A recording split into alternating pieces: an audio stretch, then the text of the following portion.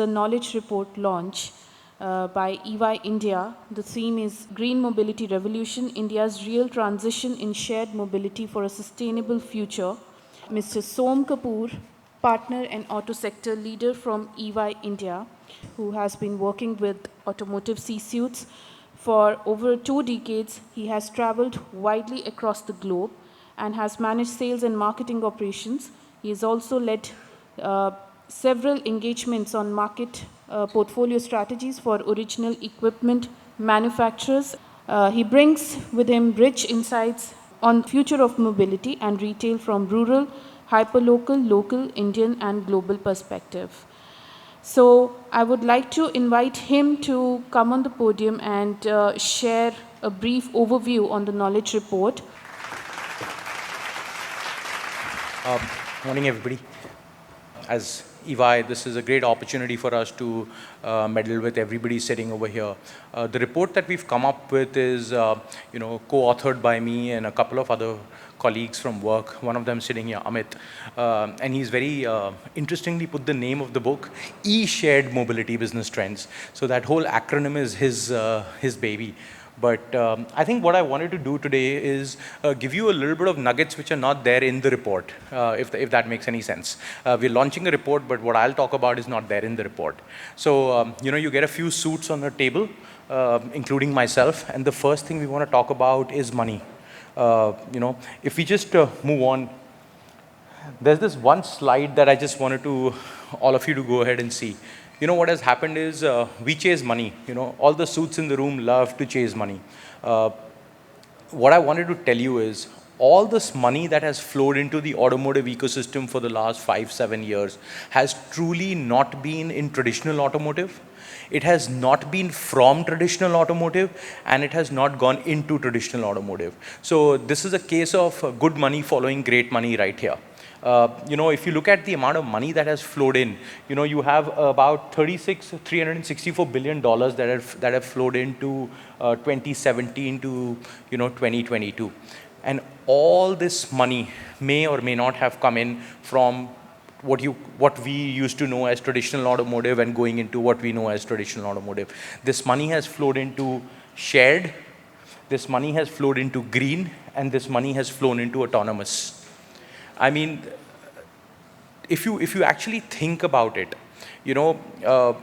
everybody who's been chasing money would realize the fact that where has my marketing dollars or where has my money flown into? And this is a very good example of that we're probably chasing the pie which was not existent 10 years back. And because of the amount of money that has flown in, everybody in this room, I can pretty much guarantee you that the amount of change automotive has seen in the last, say, 50 odd years will be lesser than the amount of change automotive will face in the next 5 years. So the dichotomy here, if you were to look at the Pareto, it's a 5-year change to a 50-year change. And that is why, it's a great initiative for e-mobility to actually bring this out. When you read through the report, you'll say, we came to a conference on electric vehicles only, but why have they actually, merged electric vehicles with shared? I think that's a mega trend that we believe in, that we see going forward. A lot of the shared economy going forward will be powered by electric vehicles. So I think that is something that we got to be aware of. The second big trend that I actually believe is cars were made by car manufacturers, which may actually change. Cars will be made for customers now. So the customer will be at the center of it all. And the customer will actually go ahead and bring all of this alignment on board.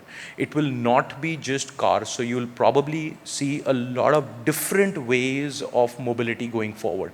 It could be micro mobility, it could be shared mobility, it could be connected mobility, etc. Whatever is required from a customer. So the customer will be at the center of it all today.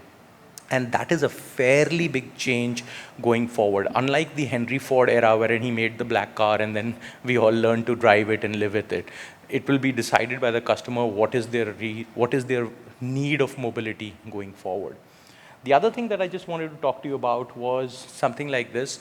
And this is, again, if you just look at this, It's a very, very complex chart. You may need some time to absorb it, but it's a very simple chart if you actually look at it. It is the customer is at the center of it all. And then you probably end up seeing, there's EV infrastructure, there's energy, there's experience, there's mobility as a service, there's autonomous, there's electric vehicles. But what I'm trying to tell you is that all of this is integrated to each other. It is probably. You probably may need to do a PhD to understand my slide, but what I'll do is I'll try and explain it in a slightly easier fashion. What I'm trying to tell you is that if you go ahead and look at the convergence between, say, energy, actually I have another slide for that, let me go there. This is what we actually believe in this. To simplify that very complex slide, we only have 5 fields of play, and we have about 17 emerging models of play. To get electric vehicles, to understand electric vehicles, we can't do it only as a manufacturer of product. It is going to move from being a manufacturer of product to being an ecosystem of product. And the ecosystem of product could include everybody mentioned over here. It could be the EV manufacturing companies, it could be battery, it could be infrastructure companies, it could be end of life for batteries, it could be any other services led by that ecosystem. So what we're actually going to be seeing as a change is, unlike the fact that we probably had only a manufacturer decide how we drove, what we drove, where we drove, it will probably end up being an ecosystem for the electric vehicle lifestyle, where not just the manufacturer, but with the customer at the center, you probably need to build out an ecosystem of all these players for a successful transition towards electric vehicles. It's a lot more complex. It'll take a lot more money than anything else took before. But, the light at the end of the tunnel is that it may actually lead to a greener, more sustainable way of living. So that whole complex slide is actually just 5 fields of play. So if you actually think it through, you probably will be able to realize that when I build my ecosystem, this is the way with which we need to build our ecosystem. So I think that's all that I wanted to talk about. And the 2 headline messages for everybody in this room: there has been lots of money that has flowed in. This money has come to a certain extent from non-traditional into non-traditional. It could be private equity funds, it could be VCs, it could be all the good money that has flowed in from all those places. It has probably come into a lot of the startup ecosystem, which was not existent, say 10, 15 years back. And it could probably end up being used for products which were never built before. So non-traditional money is going to build non-traditional products. Headline number 1. And headline number 2 is this whole ecosystem was not just dependent on any one particular player in the field. It's an ecosystem of players that will need to be built out for any successful transition going forward. So I think those were the 2 headline messages I wanted to leave everybody behind with. We can go ahead and release the report. It should be an interesting read. In case you have any questions after reading the report or you want to deep dive into it, please feel free to get in touch with us, and we'll be happy to come and have a session with you.